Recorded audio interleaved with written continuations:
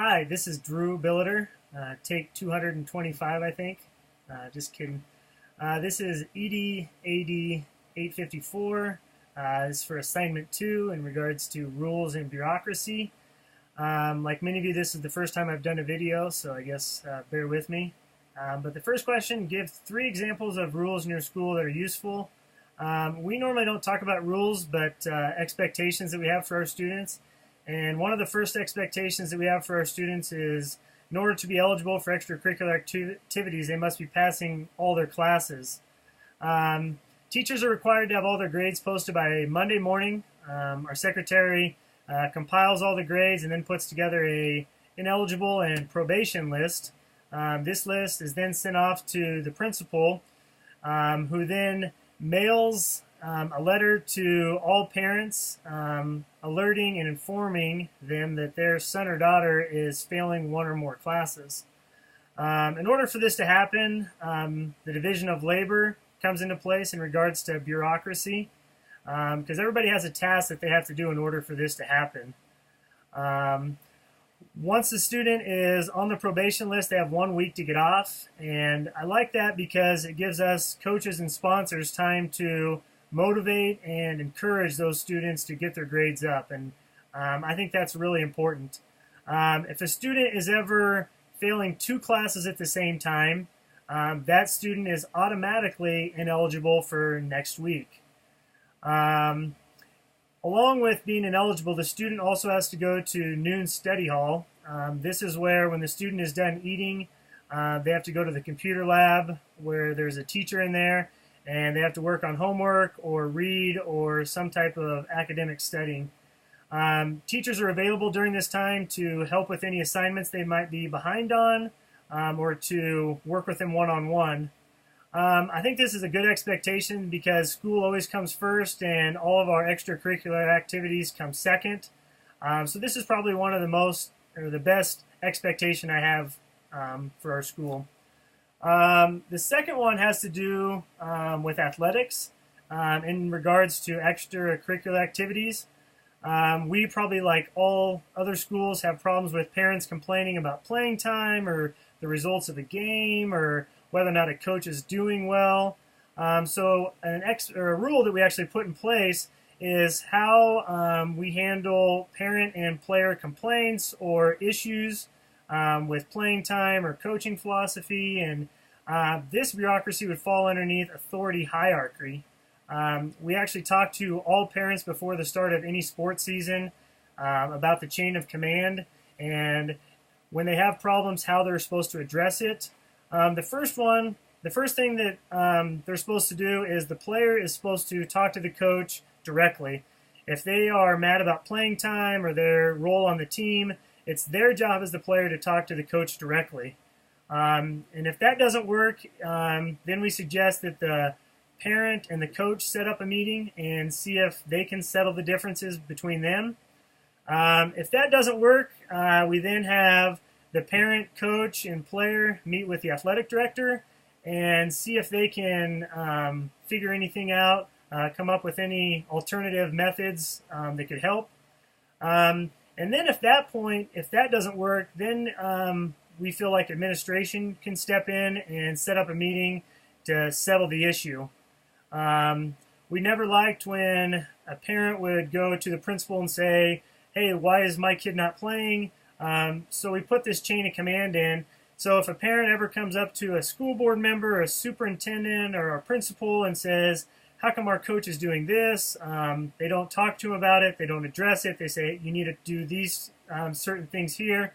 So that's where the authority hierarchy comes in. The next and final expectation that we have is actually more of a rule. It's in regards to closed campus. We're a very small school, so we don't allow our students to go off of campus to eat. Loomis is a small town, so we really don't have anywhere to eat in town. The next closest place would be Holdridge, which is about 8 miles away, so we just don't think that spending 20 minutes on the road makes a lot of sense. I like this rule because we don't have to worry about students driving, getting into trouble, skipping out of school. It just eliminates a lot of potential headaches. It's also beneficial to our lunch program. It causes all of our students to have the opportunity to communicate and socialize with all students 712 instead of just going and hanging out with one or two friends every day. And this rule kind of falls underneath rules and regulations.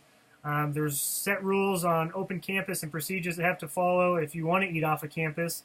And a parent would have to bring in a note, and then they could go eat with their mom or dad if they really wanted to. Three rules in our schools that cause more problems than they solve. One of the first things that bothers me in our school is our policy on cell phones. And I'm sure every school is dealing with this issue right now because technology is so prevalent in our schools right now. And I'm a younger teacher, and I'm all for technology, and I think it's really important to utilize. But the way ours is set up is that students are allowed to bring their cell phone to school. They can have it in their locker. They can have it in between class. They can go check it. If there's a break in school for some reason, they can check it. They can also have it over lunch. They can't have it in the cafeteria, but they can have it after lunch in the gym when they sit and wait to go to their next class. A lot of problems happen with this in regards to that we've had at our school is bullying, abusing it by taking it to the bathroom, hiding it in their purses or pockets. We have a lot of teachers that, they don't want to be the police and have to always worry about do they have it or don't they have it. And it takes away from class time. It takes away from teachers worrying about whether or not students have assignments done or whether or not there's other issues. They're worrying about whether or not their cell phone's out, are they using it, are they cheating on it. It just takes away from learning. And I know that other schools probably have a similar policy to ours. I just think they should stay out in their vehicles. I think it would eliminate a lot of problems. If they need to use the phone, I feel like they can go to the office and use that phone. If their parents need to get a hold of them, I feel like they can call the school. And there's enough technology with email and everything else that our students have in their hands with their iPads that I think eliminating cell phones is something that I think we should get rid of. And I might be in the minority on that, but that's just something that I feel like we deal with on a daily basis. And instead of dealing with cell phones, we could deal with other issues that are going on. Another expectation that we have in our school that's challenging for us is our tardy rule. And from reading other discussions, I feel like others have this same problem. Our school starts at 8:05, and of course our students are supposed to be in the building before 8:05. If they're not, the doors are locked, and they have to actually press the doorbell. They have to ring it, and they have to be allowed in. At that time, they are issued a tardy, and they're given a pass to go to class. If a student accumulates 3 tardies, they're given a 30-minute detention. It's not a step detention, but it's time they have to make up after school, which is good. A letter is also sent home to the parents to serve the detention. But in my opinion, where the system breaks down and where I think we need to relook at is in between periods 2 through 8. A lot of times teachers don't have time to go put their tardy in on the computer and they don't follow through, or some teachers count them tardy when they're walking through, or some allow them, and there's a lot of inconsistency with our tardy policy. And when kids come in late, it's a distraction to class. It's hard to teach, so it's probably one of the things that we need to look at this fall as far as addressing our tardies. A lot of time, the kids that are getting tardies don't care about staying after school for detention, so their punishment of staying after school is really minimal. The third one is probably something that everyone has at their school, and it deals with accelerated reader. I used to be an elementary 6th grade teacher, and of course we always had the AR. You would go and take their STARS test. You'd figure out where their reading level is, and you would come up with X amount of points that a student had to read every quarter. At our school right now, I don't think that ours is working the way that we want it to. I know that we want to expose students to literature and vocabulary words, and I think that that's great. We want them to be reading outside of class. But what's happening for us right now is we're forcing students to read and making them regurgitate it without them enjoying reading, which I know not everyone enjoys reading. But if a student doesn't get their points on a certain time, they get detentions. To me, it's turning them off from reading. They're not becoming lifelong readers. They're not enjoying reading. They also have to go into noon detention. To me, all we're doing is coming up with more punishments in order to get them to read, instead of finding an actual solution for them to read. So instead of forcing them to read on their own, I think we could maybe incorporate it into their class by reading chapter books together as a class, teaching them how to read. That's one way to expose them to literature and more vocabulary words.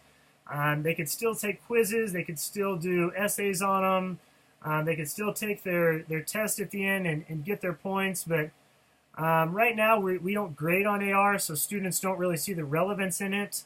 Some teachers do and some don't. We're spending a ton of time right now on making students read, and they're turned off on it right now. And I know the AR can be a great thing, but it's one rule right now where I think we spend a ton of time on disciplining students for not reading, and I think there's another solution that we could come up with. The next part, guidelines to establish school standards. When I'm a principal, the first thing that I would do is communicate with parents about what your expectations are. I think that we need to do a way better job informing parents and the students what the expectations are and what consequences go along with them, not just at the start of the year, but throughout the year. I think we all do a good job at the start of the year. We put up our rules on the wall, and we say don't do this, or this is what's accepted. But then we don't teach them. We don't continually use those expectations throughout the year. And I think that communicating with the parents is probably the most important thing. What happens if they don't follow these? And we also need to model and teach these things, like I said, throughout the year. Another guideline that I feel is important is utilizing your staff, your support system, your parents, and involving the students for these expectations. I think if you can get parents and students to buy in to these expectations and the consequences, they're more likely to follow them than if you don't involve them. I think that's really important to take some of their ideas and trying to shape them into what you ultimately want the students to do, but to also take some of their ideas. And when you put a rule in place, you need to ask yourself, can you enforce the rule, and what are the benefits of the rule? Why do we even have the rule? If you're a principal and you're not able to enforce the rule with fair and equal consequences, then there's no reason to have it. What benefits does the rule have? Does it create more time for task on learning, or does it create a safer learning environment for students? These rules need to have positive benefits, or there's, in my opinion, no reason to have rules. They need to have a reason to have them. And I don't think that they need to be 100 pages long. I think they can be broad expectations. For example, be responsible, be respectful. I think those are great things that we can encourage our students to follow. How can we have a staff be consistent, fair by enforcing these rules? I think that we need to work together as a staff to make sure that everyone is enforcing the rules at all times, so that some teachers don't feel like they're the only ones doing it and some others aren't. Everybody needs to follow through on the expectations. The next part is, how does bureaucracy influence approaches to organization structures, and why are many of the characteristics of Weber's ideal bureaucracy used in schools today? One reason I believe that these ideals are still used today is because schools are so large and they're so complex, and there's got to be a chain of command for everyone to follow, and everybody has to know what their role is in the school, and they need to know what they're supposed to do on a daily basis.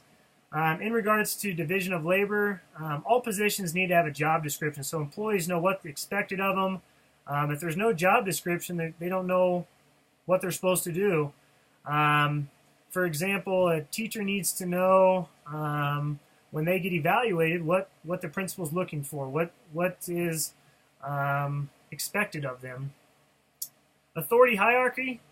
This is probably one of the most important ones in my opinion. There has to be a chain of command to follow. It starts at the very top in regards to your school board, your superintendent, your principal, and so forth down.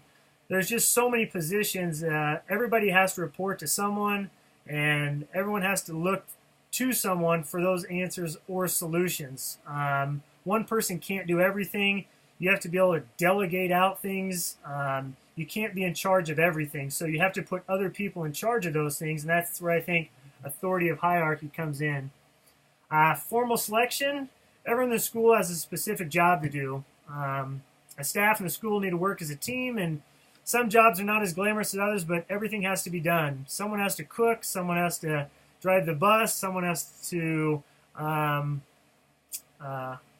the grass, do the meals, clean up after everybody. Everybody's got a job, and it takes everybody in order to make a school run. The formal rules and regulations. To me, this is your school handbook. To me, this is still so important to have something to fall back on. Written rules that everybody knows, that are clear and defined for everyone to follow. I think these are important because if someone breaks down a rule and doesn't meet expectations, and the consequences need to be clearly stated and spelled out fairly and justly. And then career orientation states that we don't own this school or the building, but we serve positions where we're meant to manage others and their jobs and to teach students, and it's our job to make sure that everything runs smoothly. I learned a lot from doing this assignment. Opened your eyes to how big a school is and how many things have to happen in order for it to run well, and how important it is to have good administration at the very top to delegate out that hierarchy of authority. Thank you for watching the video. Hopefully it wasn't too long. Thank you, and look forward to working with you guys in the future.